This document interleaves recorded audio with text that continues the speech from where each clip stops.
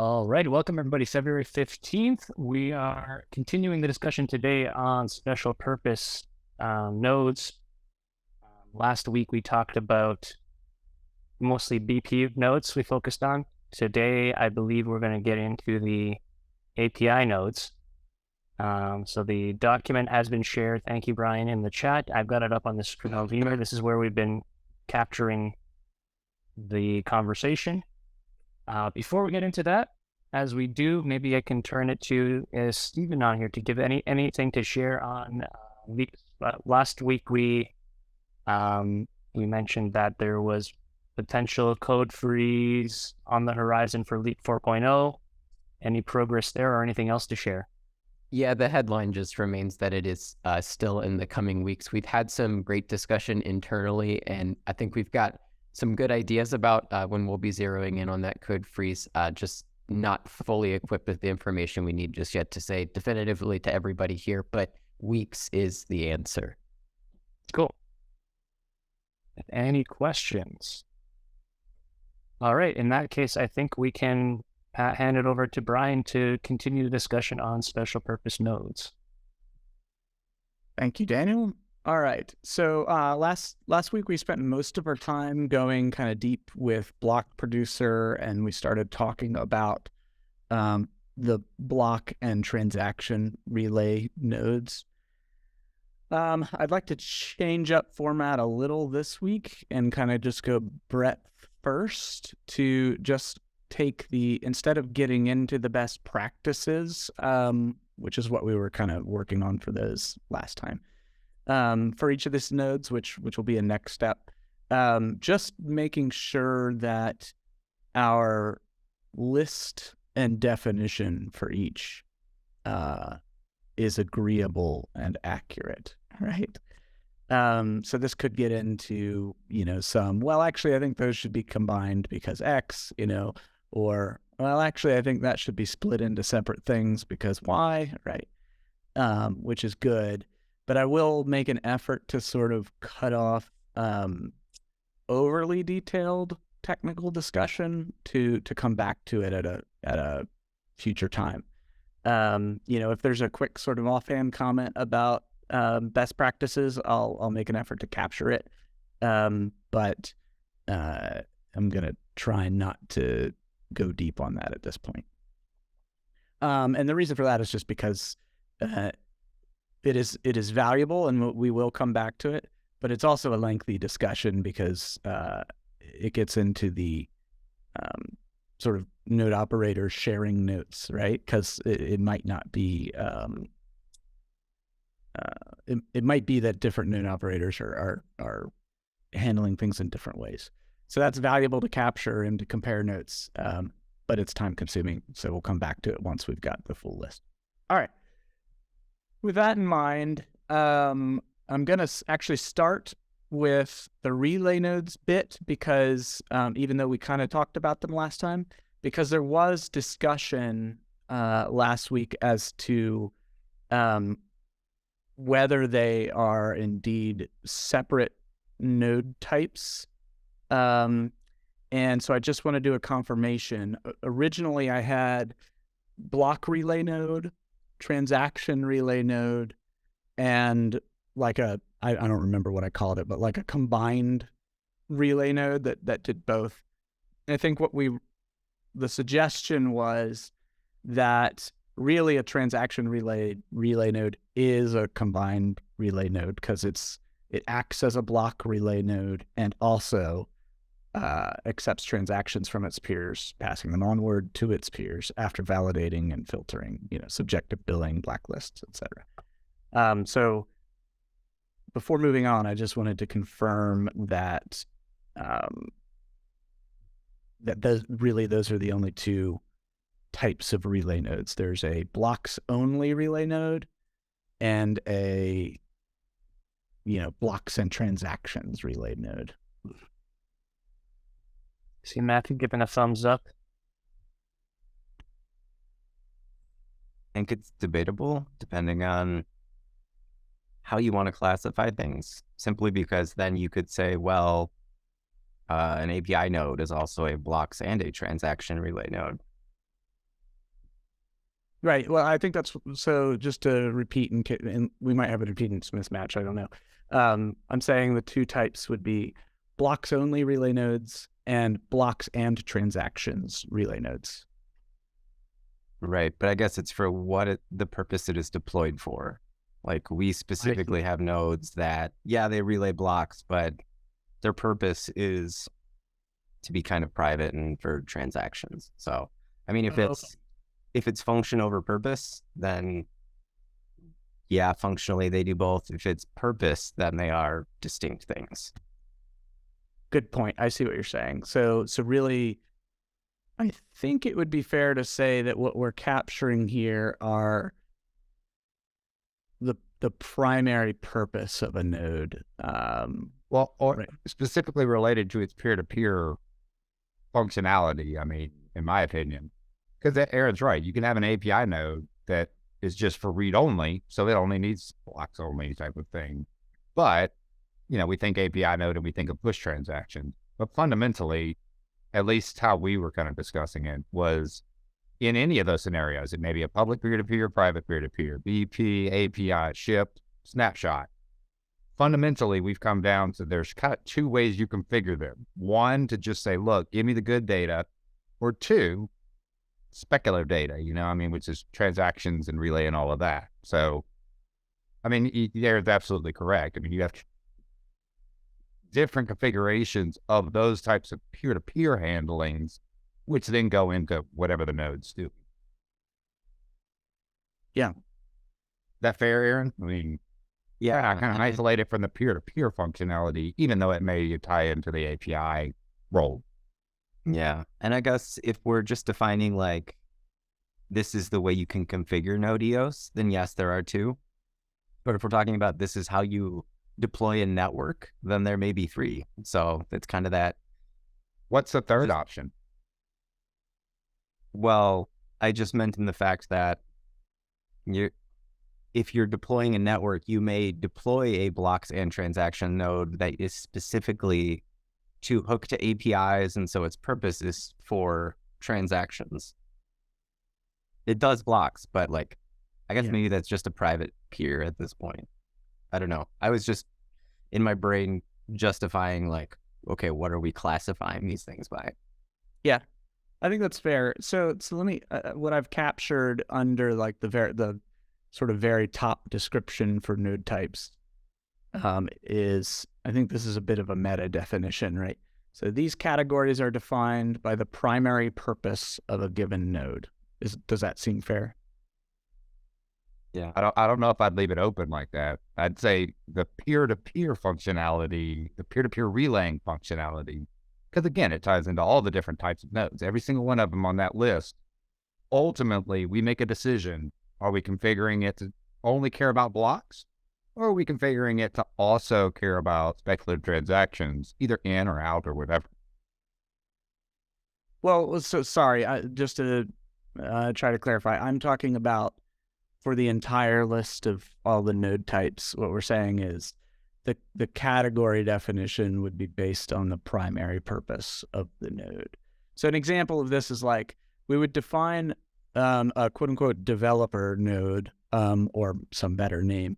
And why would we define that? Well, because the developer node is probably doing kind of all of these things because, they're just trying to have a single node that they can, build against or something like that, right? Does that, I don't know if that's a good example, but does that make sense? I'm fine with it. I mean, I think I have some different definitions, but we can move back. Yeah. Okay. I mean, and we can revisit if it turns out not to be a helpful way to look at it. Okay. And actually, Aaron's point kind of goes into the next one, but let's first reread these definitions for blocks only relay node and make sure that it is accurate, and then blocks and transactions. So we're saying blocks only relay node receives blocks from its peers and passes them onward to the rest of its peers after validating block headers. Is that good?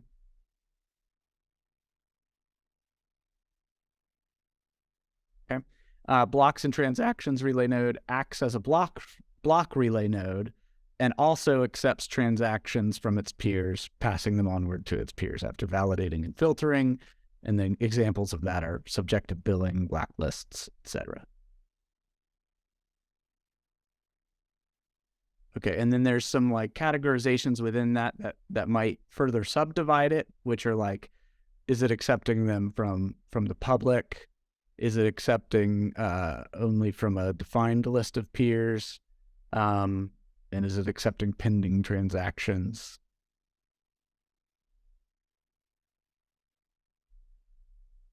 All right, moving on to push API node. So the concept here, and again, what we're doing is like validate that this is indeed a node type that would exists to serve this primary purpose, right? And whether the definition is accurate. So push API node accepts transactions from clients, validates them, and attempts to apply them to the blockchain. We pass them down the line to be applied to the blockchain. Okay. Because it's got a lot of hops and potentially a lot of gates to go through before it actually hits the blockchain from the active push API. Every push API applies them locally. Like that's why we have speculative billing. Right. And which, to that point, I was going to ask, is this one and the same as a Sentry node, as we've called it? No, that the Sentry nodes are the ones that end up eating them between the push API nodes and the block producer. But Aaron does have a point. They do hit the chain on the speculative side of things. So, I mean, they are getting passed around, but they're not actually.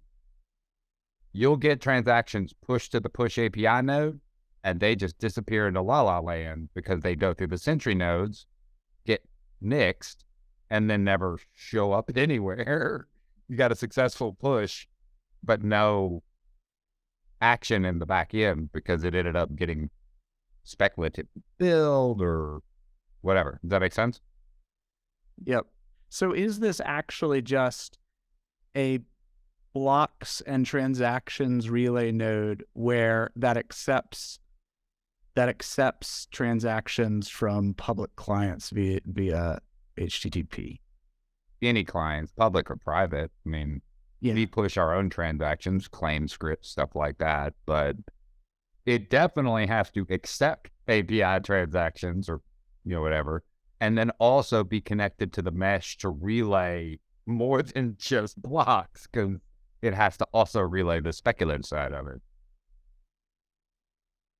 Okay. But it's the one that basically differently, it doesn't have to receive transactions from the network.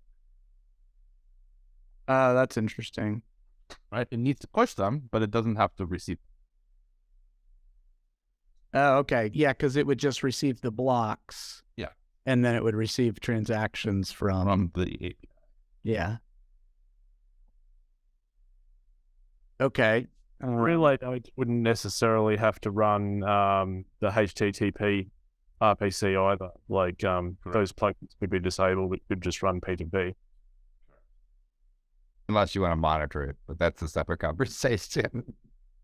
Get info's hooked into the web plugin. So starting at the top, is this indeed a node type that you would have a node that serves this primary purpose? Okay. Does anyone want to take a stab at a better definition, sort of sentence for this? I mean, in my opinion, the way I see it is it's that V1 chain push transaction. I think there's now a push transaction too, right? I mean, I think most people will take that and route them respectively to a node that's dedicated to ingest, because that gets hammered hard. Because the our bots, they're just smashing it until the contract accepts it. That's the node that's bam, bam, bam, bam, bam, bam, bam, bam, bam, bam, 500, 500, 500, 500. So people tend to kind of isolate that all because it's what really is that front line of smash it till it works. I'm not quite sure are in go for here, but I mean, certainly there is a distinction for a push API node of whether you allow P2P transactions to come through it or not. Typically, I think, for busy chains and ones that are providing multiple nodes for multiple reasons, I would think the typical configuration would be to not speculatively execute P2P transactions through a push API node. But is that sort of the definition that you're looking for, like the common configuration or maybe the optimal configuration for a push API node? Ultimately, that's the goal. But at the moment, I'm just trying to stay at the higher level of, is this indeed a type of node that we would want to document configuration best practices for, right? Right. I think what those best practices are is the next step. But yeah, I think for this particular type would be to not relay P2P transactions and only accept HTTP push API transactions. yeah, okay. Okay, so it would be accepts P2P blocks, does not accept. Well, I mean, every node on the network accepts P2P blocks. Well, I guess that's a good point. Yeah, so that's redundant. But does not accept peer-to-peer transactions. All right, let me try to read this. Accepts transactions via HTTP clients and acts as an outgoing transaction relay. Does not accept incoming peer-to-peer transactions. Yeah, I think that's proper. And then we would say if someone's configured it to also relay P2P transactions, then I think we would say that node's fulfilling two of your configuration node types in that case. But in general, I would think that an API node would not, as a definition, would not perform that function. I think most people probably do run their P2P and their APIs all together. From a public side, yes, you try to trim them down, but we do good just to not get them to run their block producers as public APIs. So typically, they would do both. Right, but I think that's the point of this whole exercise, right? Is to help the community know that, hey, here is the optimal configuration. Yep.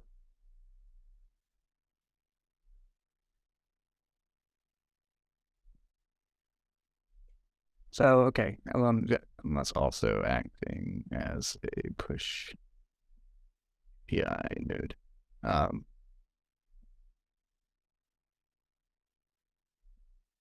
All right, so I've also modified the prior definition a bit to mirror this. So, okay, accepts transactions via HTTP clients and acts as an outgoing transaction relay.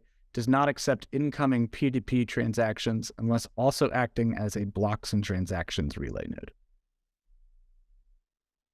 And then the way I changed the previous one is basically mirroring this, but the opposite. Does not accept transactions via HTTP unless also acting as a push API node.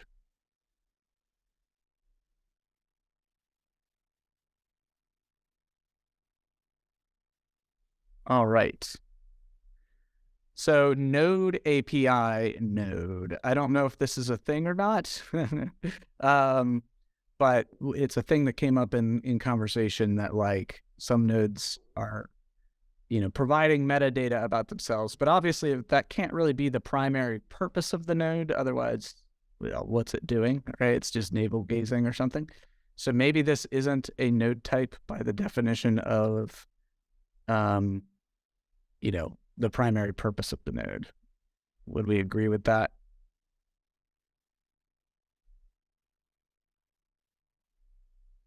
I have it routed. I don't use it much. I think it's one of those that maybe Anchor call that said, what are the supported endpoints or whatever? Isn't that the one that lives on node?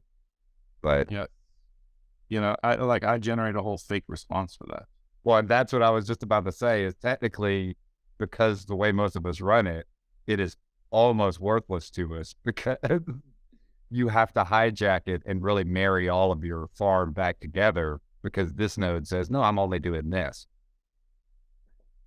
Yeah, And so and it exposes a bunch of APIs that I hide, so I don't want to show those either. Right. So what I've done instead is I've moved into the sort of traits section a question that says, does the node provide access to metadata about itself publicly, privately, right? So I think it's not a node type. It's just a characteristic that we could capture for a given node type. Does that seem right? Well, or maybe it is, or maybe it isn't. Because like ours is a static HTTP file that just gets served from a disk. So it's a node type of FLAC file. And you can do it however you want. But, it's actually how ours. Right. So it is actually running as its own quote unquote node, is what you're saying? Well, it's not Node EOS. I see. I built another program that emulates the API. I see. He hijacked the response, and that's ultimately what we kind of do. Because like you've got all these layer 2 solutions that have kind of replaced layer 1 per se. Not Like everybody in a production-based scenario is running some sort of load balancer. HA proxy, Nginx, traffic, whatever. Yep. Right? So it's up to that layer to provide that response, not the individual nodes that happen its balancing. if you want it to be accurate and usable, like If you want it to be accurate. If it's error, well then return. Yeah. if Anchor asks my node what I have, my node's going to say I don't have history because there's no way you can have history in Node OS. But yet, Hyperion, if you get V1 or V2, yes, we do support that. But anyway, so that's kind of, it's almost useless as a public stat. It's helpful internally. Yeah. But unless you can override it and marry it all back together or have it be like a static JSON file that you can provide, that may be more useful. I complained when the API was added, but no, I would roll that into the stuff. I would say it's not really node type. It's more under, is it useful and why do you use it? Yeah. It's not really a node type. I agree. Okay, cool. Moving on. Chain API node. So what I have here is provides access to metadata representing blockchain primitives like chain, blocks, transactions, contracts, protocol features, and producers. Starting with the title, starting with the concept first, would you have a node running to fulfill this primary purpose? Get blocks is very heavy. Yeah, I was going to say, but maybe not the get blocks part, because I know Aaron has a different solution for that. Could though. I mean, maybe it provides a subset of blocks. It generally will provide blocks. It just might not be all of them. Yep. Okay, so next, is the name the right name? Matches the namespace of the API calls. So let's say It's fine. I think it. Yep. And is the description accurate and useful?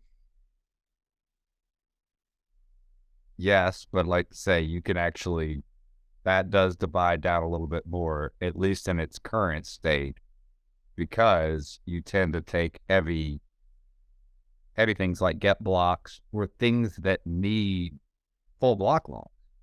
Matthew keeps asking me for block 1, so I have to have an API node that on get block has a block 1 for him.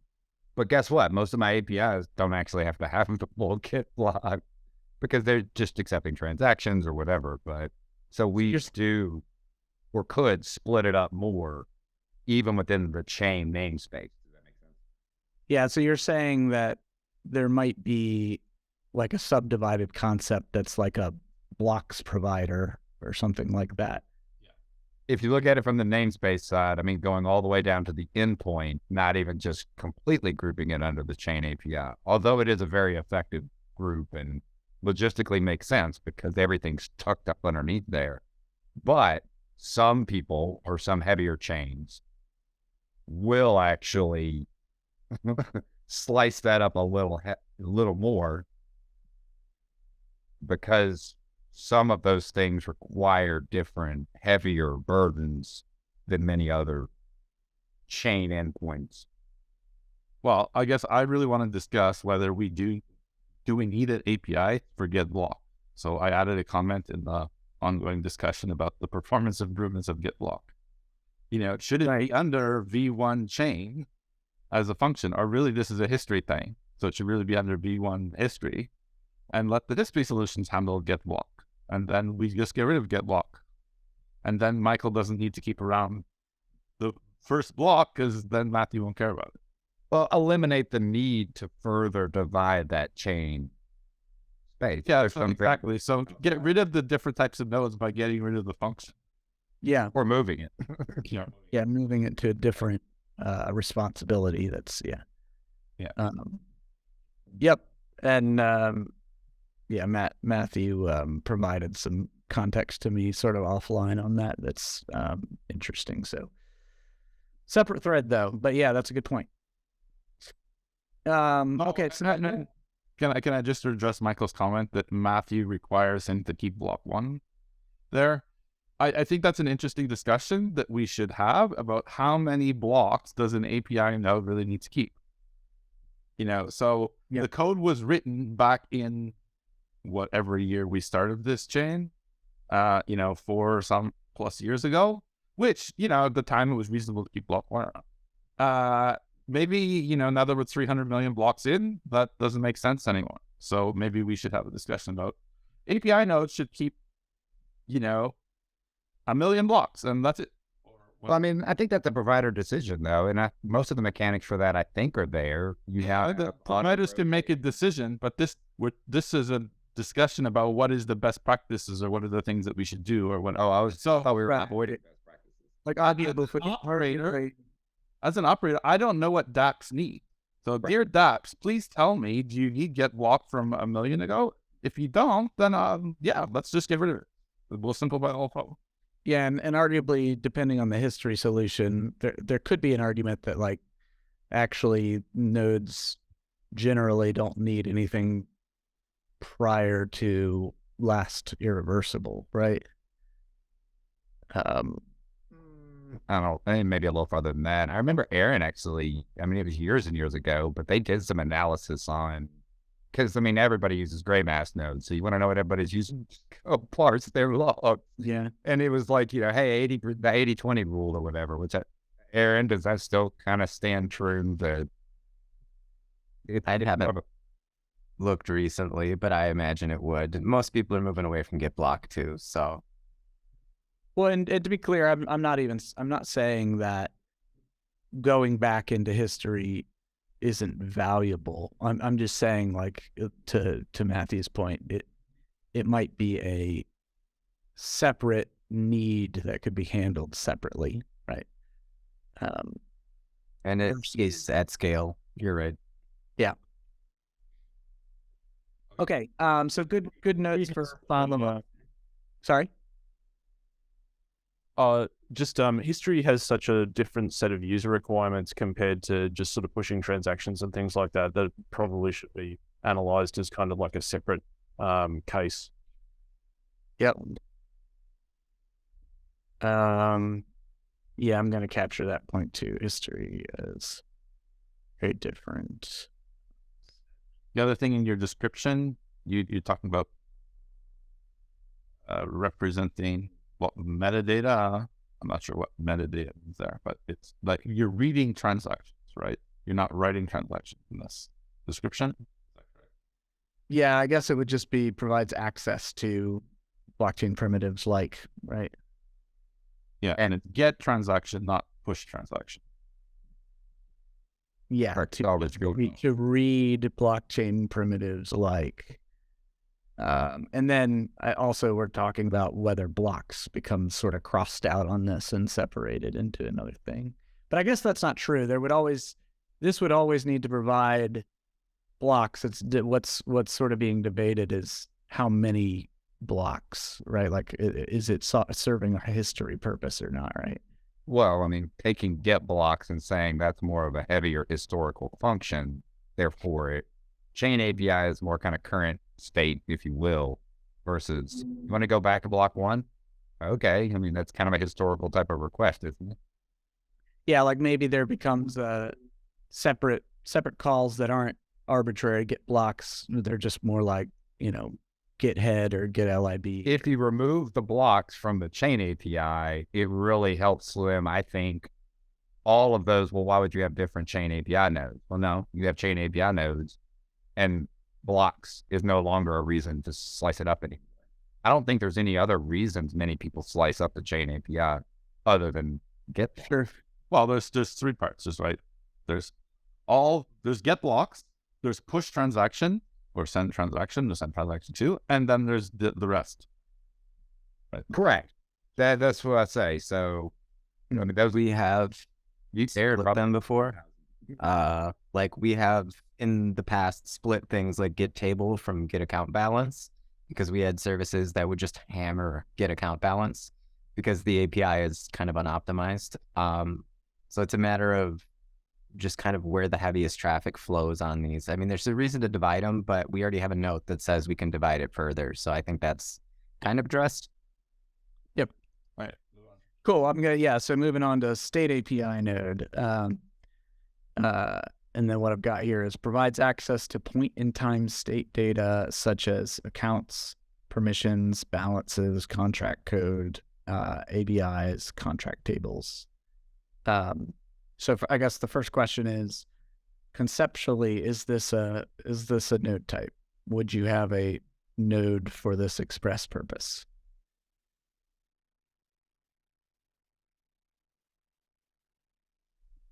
I'm not sure what even splits out separate. I mean, I know there are some other namespaces, but there's not many, I don't think. In my mind, kind of, right? Oh. Yeah, I'm not this is state. to this particular solution so much. Every WebSocket? Oh, This- maybe it's not. This is not ship. This is talking about. Yeah, /state, B1/state, right? I mean, I know there's a few of them. I don't really use them much, but I'm also not the programmer. Aaron? I was just reading the above definition about chain APIs and thinking that we were also talking about state APIs. So, Well, that's what I thought too. Well, Is there's not a state API plugin. I mean, it's part of the HTTP. It's just a different name. chain API. Yeah. Do you, I mean, I guess in my mind, do you ever split your V1 chain different than your V1 state, unless you're doing like get tables or whatnot? I think of them as kind of together. I think that's what I was just describing on the last point of the chain API node section, is like we do and have divided up those things in the past based on whether we're loading code or balances or accounts or whatever it may be. So I think of it as part of the chain API namespace that may get sliced up versus it truly being a separate namespace. Is that a valid statement? Or make sense? Brian, I guess. Yeah, it makes sense what you're saying. I think this might fall into the category of so what I'm hearing is I'm hearing one thing and I'm also thinking another thing. So what I'm hearing is that pragmatically, chain API, this is redundant to chain API. I would move some of this stuff. I would move some of this description into chain API and get rid of state API node. So before I go into what I'm thinking, In my opinion, how I look at it as a service provider and kind of routing, yes, because like Aaron said, you're either kind of, it's chain and state, or, oh my God, I've got to do all sorts of crazy level of, routing of all the individual namespaces out there needed. But it's the same thought process. You're either splitting it up or minus blocks. It's probably all kind of together, maybe. Aaron, is that fair? Yeah, does everybody else sort of agree with that? Yes. Okay.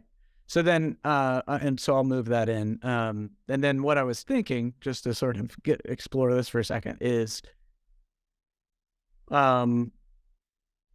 conceptually, is this filling an entirely separate need or not? Right. So, and this, this is a question asked from ignorance, right? Is this something where, like a DApp, for example, is more likely to need these functions than the functions defined in the chain API node, right? Because they're looking at like, app state and stuff like that.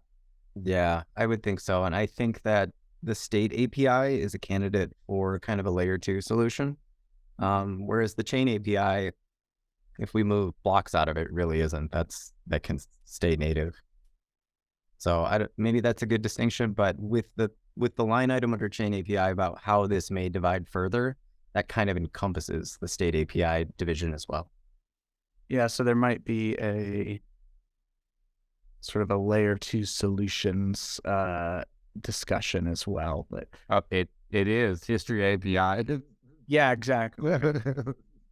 Okay, so then I'm going to get rid of state API for now, and instead, so now chain API provides access to read blockchain primitives like chain, blocks, transactions, contracts, protocol features, and producers, and then also provides access to state data such as accounts, permissions, balances, contract code and ABIs, contract tables.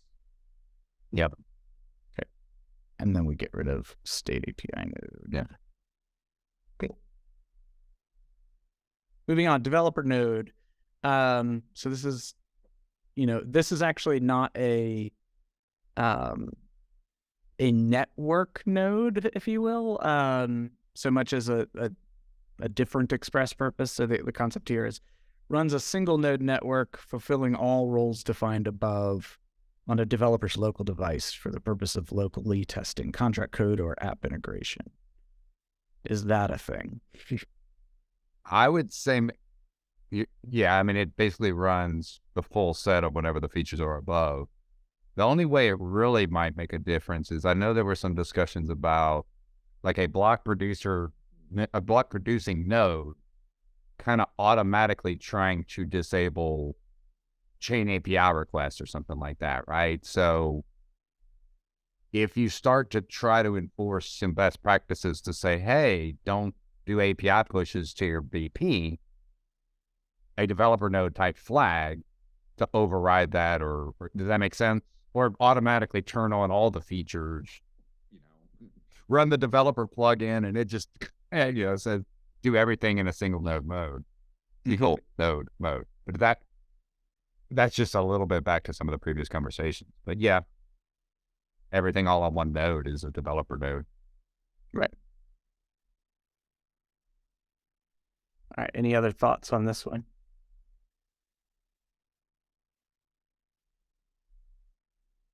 All right. Now we get into layer 2 solution stuff. And some of the things below might not actually be layer 2 solutions, so we can move them up. I just introduced the sort of heading of layer 2 solutions based on what Aaron had just said. So, all right, history API node. I haven't even written a description for this one yet. Anybody care to take a stab at? It might be easier because history can be a whole nother ball of wax. Snapshot provider is probably an easier thing to pick off if you want to squeeze it in the next 15 minutes, because that's history fair. is a whole snapshots is easy. Yeah, maybe we come back to if you want to talk about node type. I mean, in my opinion, I do think that's an effective node type. Yep. Okay. Snapshot provider. Now I know from discussion that like this isn't really a node type today, so maybe this goes away. There is. Well, I think it is. It has a node type. And because people use their other nodes for it, and if you use any of your other nodes for this, it ultimately breaks it. So it really almost it's a dedicated node the way it works. It has to. So maybe it's not so much a provider as like a capturer or something. Is that Snapshot taker? Yeah. It's the really only true effective. Well, I don't want to say only, but the most mainstream form of backups and recovery and anything along that line, the first thing any sysadmin wants to do is back up the daggum chain, because if it breaks, how do you recover it? Yep. And when you trigger a snapshot, it freezes it. And I mean, it takes like 30 minutes on wax. And people, I see it all the time for new people. They find Snapshot. They're like, of course I need to take a backup. Let me back up my block producer. It's the most critical I need to back up. Boom, it freezes for 3 minutes and misses rounds every day on the hour. Yeah. And so when I started, that's what I did. It makes sense. I'm not the block producer because block producer is not busy doing anything else. Correct. And it's got to be the best source of truth, right? Ooh. Because you have to freeze the chain state and basically shut out the rest of the world, and it gets longer and longer and longer and longer and longer. Like I say, in my opinion, I do classify that as a node time. Yeah, okay. That makes sense. And then, of course, I'll also acknowledge that there is a ball of wax to discuss here in a future discussion. For example, Aaron's topic suggestion around snapshot services, trust and distribution. And then, I think it is the same discussion, but we've also been talking about sort of verifiability of a snapshot and all that kind of stuff. So it might fit into that P2P conversation, because it's kind of tied into getting your node going and who do you trust, who do you sync, in my opinion. Right. It's probably also layer one, just as a quick note. Oh, it is Dedicated node type, Yeah. Cool. Yeah, not under layer 2 solutions, sorry. But yeah. I guess the same would be said about transaction estimator. Yeah. Now, this one, I don't actually understand yet. I understand what it's doing. I don't understand how it's, why it would be a different thing than something else. But first, let me just read it. So, accepts transactions from clients, validates them, applies them locally, but does not relay them to the rest of the network. I'm a little lost too, but Aaron's smarter than me. So, why does this happen? Why would you do this? So we've been doing this for a long time with like a hacked version, essentially a patched version of Node EOS. And in 3.1, I think it was, when the compute transaction API endpoint came out, brought this feature in natively. Not many people run this yet, but the reason you do this is that you can submit a transaction that's not signed to basically see if it's going to succeed or if it needs something to succeed. So like in the banker side of things, we do this on Fuel.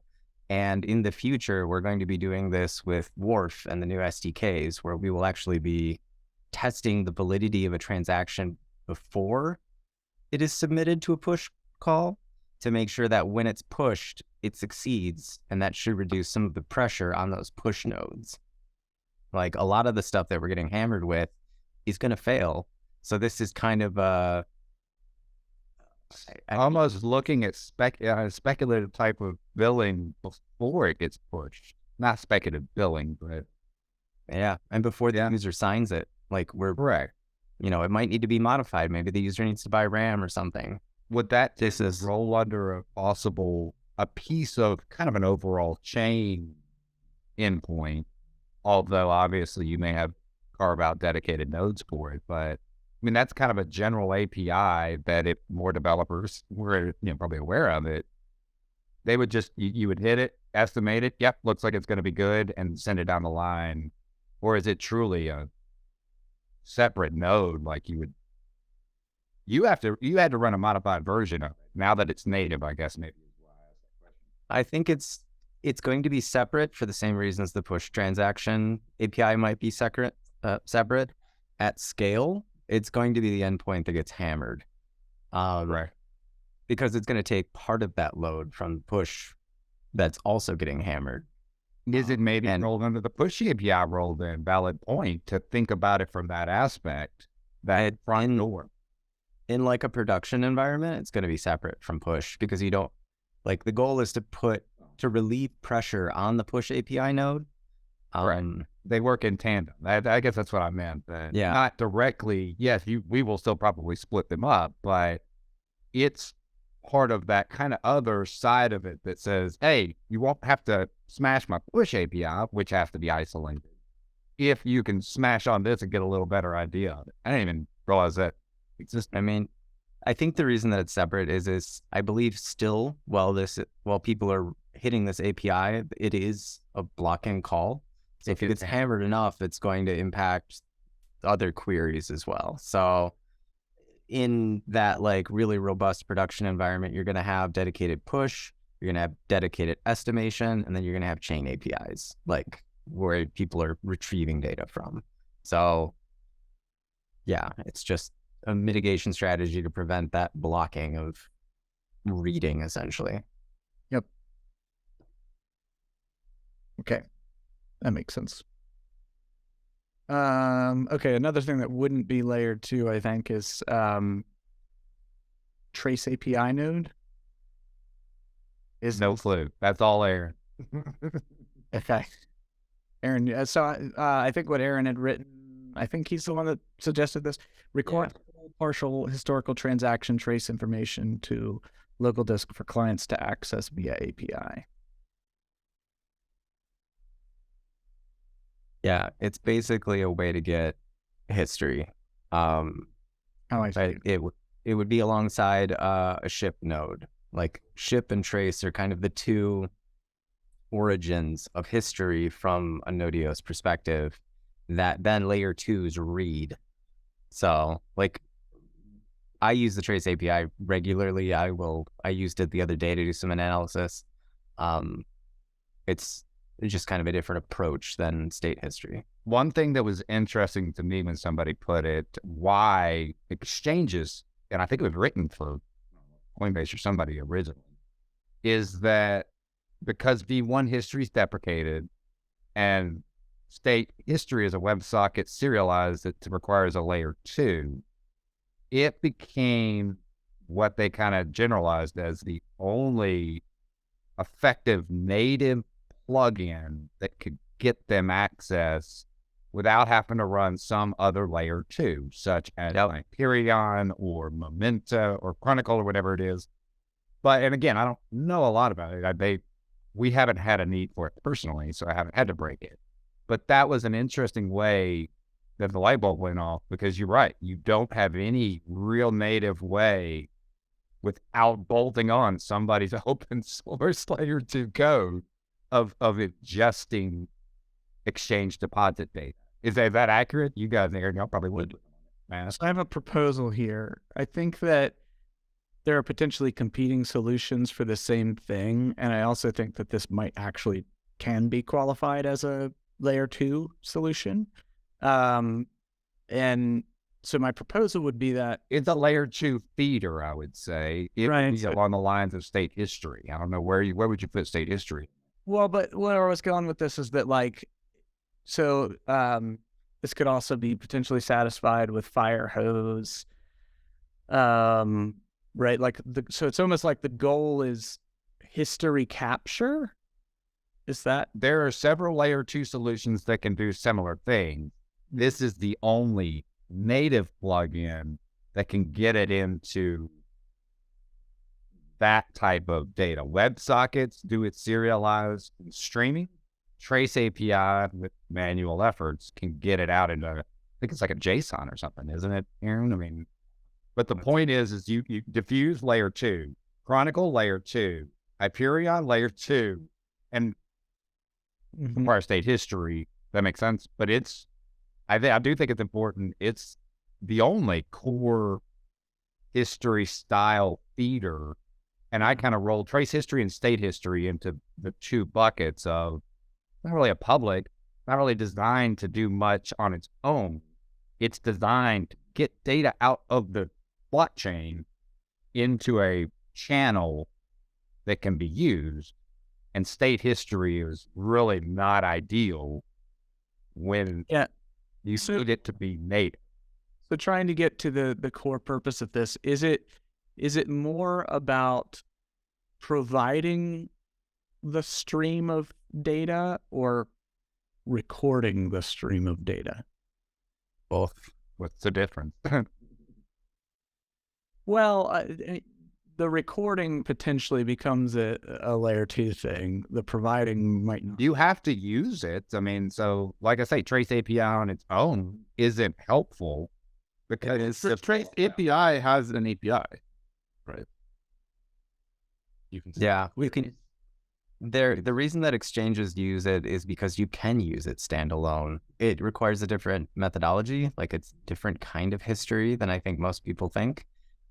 It's a way that you can follow history block by block and then interpret it on your own. raw data without an extra layer 2, right? Yeah. And it supports GET transaction. It's really inefficient, but it does support GET transaction. The Trace API does not. The Trace API only offers a new form of GET block. No, it has It does in the latest code. It has like GET transaction. But is recording actually relevant to this? But there's no index, so it searches all the blocks. So it's really inefficient. All right. So for your it does not have a GET transaction. It's fine for a developer. And if you're looking for recent transactions, it's fine. But yeah, it's not set up for Got it. for production. So is this, what am I trying to ask? Is the recording piece of this actually directly relevant to the purpose of this node? Or is it just, are we really just saying a node that provides access to the Trace API? Yeah, but you can't separate it, so. Okay. Yeah. I mean, in real time, it records, like every block, it's recording data on disk of what happened in that block, like very extensive information about what happened. And then the API component serves it out from what it records. I see. This is just a lack of knowledge on how that part works. So like inherently, if you're running the Trace API, it is recording. Is Correct. Okay. There we go. That's what I was missing. Okay. So yes, I think Aaron's definition here makes sense. Okay, cool. I wrote another API endpoint. It is like the fire hose. Yeah.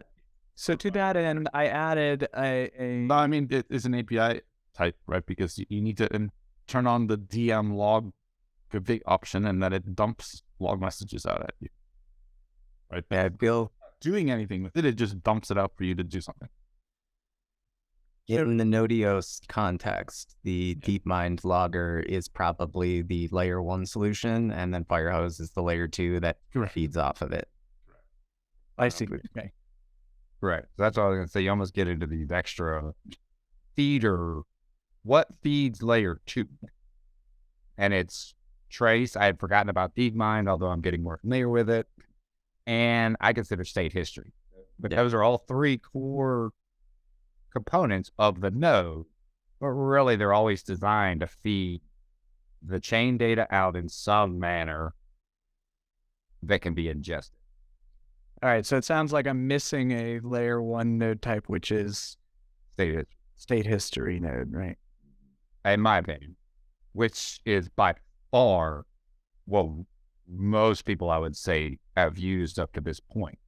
It's an inefficient baseball bat, but that's, we have... If you want to classify the usage, right, you can say like Trace API is a few exchanges plus Aaron. DeepMind Logger is EOS Nation.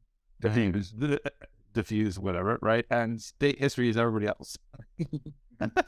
As a Subject to change, yeah. Classification, but at the moment, that's kind of what the ecosystem. And that's only because state history was really kind of the only, you want it?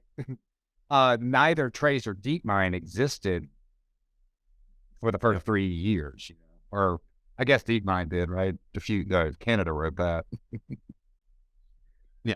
All right, it's 9:59, so we're not going to go into any of the other types right now. I did capture a few potential new things to get into next time: DeepMind Logger node, state history node, history capture service, history API node. Maybe that's provider node. I don't know. To be honest, I think that's a good classification because that's kind of the next level of conversation. The layer 2 feeders, and then getting into what all is used, but it's also a lot of custom packages. So, all right, with that, we'll end this discussion for now, and I'll hand it back to Daniel.